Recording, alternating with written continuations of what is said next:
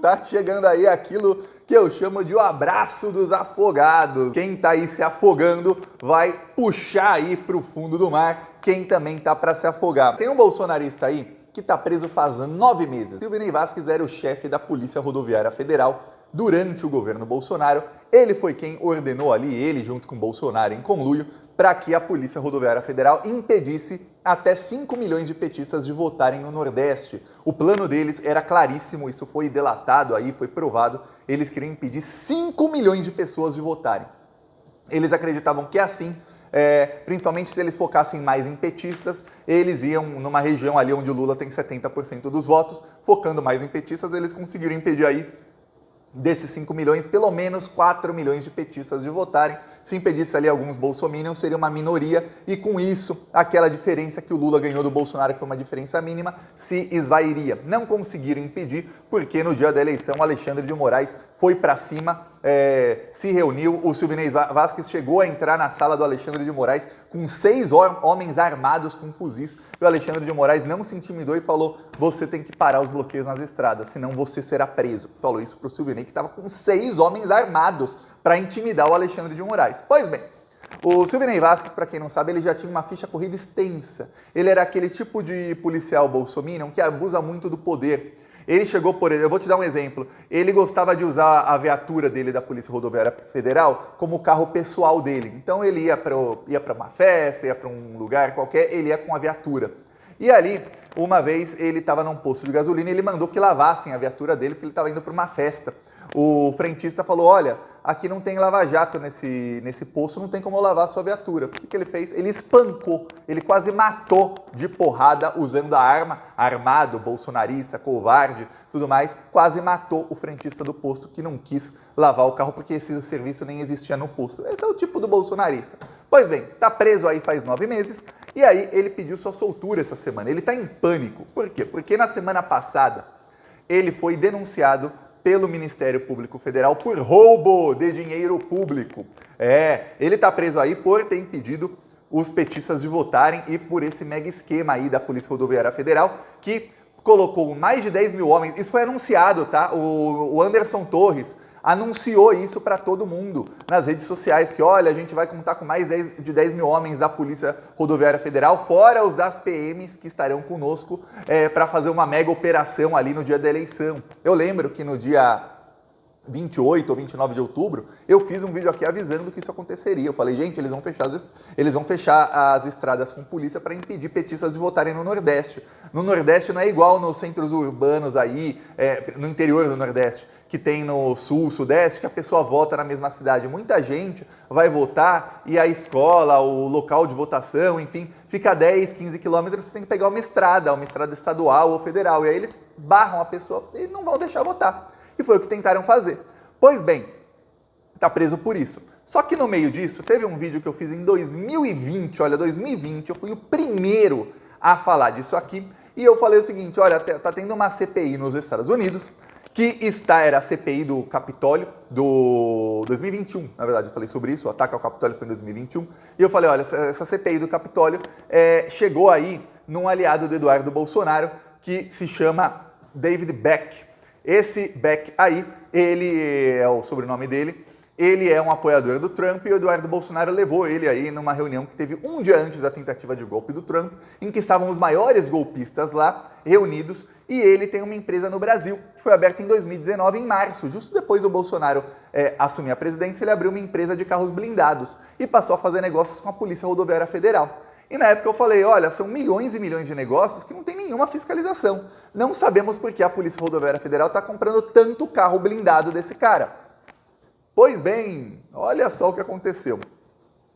Saiu matéria e tal, quando o Ministério Público descobriu tudo, saiu matéria até no Jornal Nacional e tal, mostrando o seguinte: que esses blindados foram superfaturados. E aí o Jornal Nacional até mostrou aqui, ó, olha, tá aqui os carros blindados, tudo mais, olha, alguns foram entregues, só que outros não. Só que tem um problema: a Polícia Rodoviária Federal não usa blindados. Polícia Rodoviária Federal não é igual o BOP ou um batalhão que vai entrar num lugar que é uma zona de guerra. Ela faz ali a segurança das fronteiras, faz perseguição aqui e acolá, assim, mas eles não entram numa zona de conflito com um blindado, nem precisa disso. Só que aí foram investigando, que já estava bem estranho isso, e perceberam que esses carros foram superfaturados. Só que aí foram investigando mais e perceberam que tinha ali um outro problema. Esses carros, eles estavam blindados e tudo mais, e para quem não sabe, um carro blindado, ele chega a pesar até o triplo de um carro que não é blindado. E aí o que acontece? O motor do carro tem que ser reforçado. Para um carro de passeio, um carro de rua, geralmente o carro que é blindado é um carro daqueles maiores e tal, o motor já é feito para isso, ele aguenta mais peso. Só que estamos falando aqui de um caminhão blindado que ele fica muito mais pesado porque ele é blindado para todo tipo de coisa. E não foi feita nenhuma alteração no motor. Aí esses carros quebravam. Tem vídeos aí desses caveirões aí quebrados. Aí você imagina se a polícia entra num lugar aí que realmente é perigoso, não a Polícia Rodoviária Federal, mas qualquer outra polícia que vai usar esse carro cedido, e aí o carro quebra.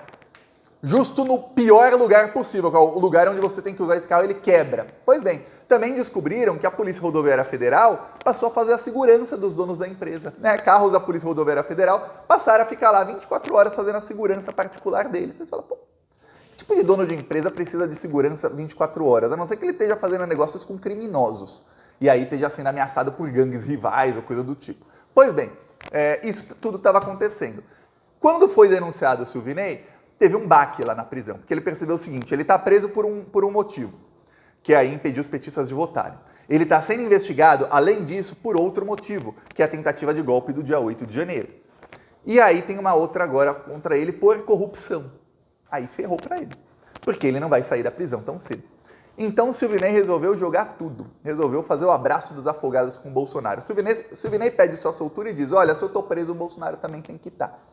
E ele já sinaliza aí que ele pode fazer uma delação muito em breve. Ele é muito amigo da família Bolsonaro. Muito amigo aí de muitos e muitos anos, principalmente do Eduardo Bolsonaro, tá? Inclusive, a empresa aí pela qual ele está aí sendo denunciado por corrupção e vai se tornar réu por corrupção e vai acabar sendo preso por corrupção, já está preso, mas aí ficam 2 mandados de prisão contra ele, é uma empresa de um amigo do Eduardo Bolsonaro. Fica praticamente impossível falar desse esquema sem falar de Eduardo Bolsonaro. Só que no caso do dia 8 de janeiro, o chefão é o Jair. E a gente sabe que o chefão é o Jair. E o Silvinei se reuniu com o Jair Bolsonaro. E ele se reuniu com o Anderson Torres. E a secretária do Silvinei mostrou ali que, olha, eles tinham um mapeamento de onde o Lula teve mais votos no primeiro turno e onde eram as estradas e onde tinha locomoção de eleitores. Ou seja, eles tinham o endereço dos eleitores e onde os eleitores votavam. Então eles tinham um mapeamento de quais eram as estradas que seriam mais utilizadas por eleitores do Lula.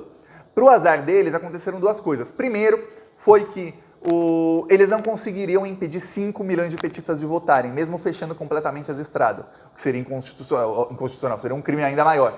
Então, eles não tinham aquela margem muito grande para tentar fazer o Bolsonaro ganhar a eleição, porque não tinha tanta gente que se locomovia para votar. Mas tentaram o máximo possível. A segunda coisa é que as estradas foram liberadas em determinado momento e os petistas conseguiram. Aí muita gente foi votar andando, muita gente aí deu carona para outros, tudo mais. Muita gente não estava com roupa do PT, então acabou passando e tudo mais. E aí o plano deles falhou, tanto é que o Lula foi eleito, eles não conseguiram aí fraudar o resultado da eleição. Aí diz o Silvinei, no seu pedido aí de soltura, olha só se ele já não está preparando aí para jogar o Bolsonaro na fogueira. Ele diz o seguinte, advogados do Silvinei dizem ao Supremo Tribunal Federal, a prisão dele seria para a produção de elementos probatórios, para que essa produção de elementos probatórios possa ocorrer de forma clara, precisa e eficaz, sem qualquer interferência do mesmo, do Silvinei, em sua produção, sendo mais que conveniente de suma importância para a instrução criminal. Lembremos, o Silvinei estava ameaçando de morte as testemunhas contra ele, tá? Ele e terceiros ligados a ele ligaram ameaçando de morte testemunhas que estavam aí delatando ele no caso aí de impedir petistas de votar e no caso do 8 de janeiro. Era uma prática comum do Silvinei, porque ele é bandido, esse cara é bandidão mesmo, da pior espécie. Você pode falar, nossa, o Bolsonaro também é bandido e tal, pô, obviamente. Só que o Bolsonaro chegou num patamar em que ele não vai ficar ligando, ameaçando as pessoas, né? Ele vai fazer aí indiretamente da maneira mais indireta possível, sem que seja alguém totalmente ligado a ele. O Silvinei não, ele já é bandidão mesmo, ele já chega, ele mesmo vai lá e liga, ele mesmo manda o amigo dele ligar e todo mundo sabe que o amigo dele tá ligando para ele. Então foi preso. Aí o que acontece? Aí olha só o que diz aí o advogado do Silvinei. Se o argumento fosse válido, a Polícia Federal teria pedido a prisão do ex-presidente da República, Bolsonaro, pelo mesmo fundamento.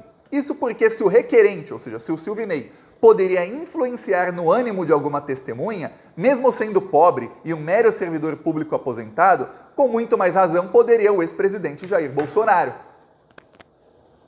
Ele está dando a entender o seguinte, olha, vocês estão falando que eu ameacei alguém, mas quem está ameaçando é o Bolsonaro, eu sou só um pobre ex-servidor.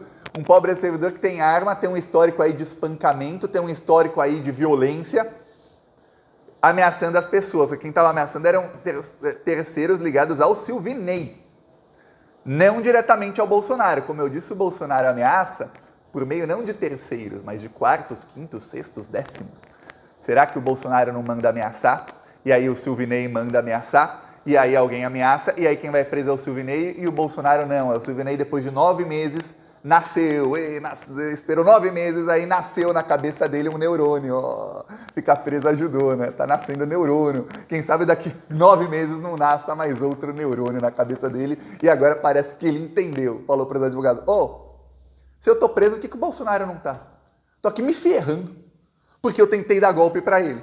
E ele, que era o maior beneficiário, não tá preso até agora. Manda prender esse cara também.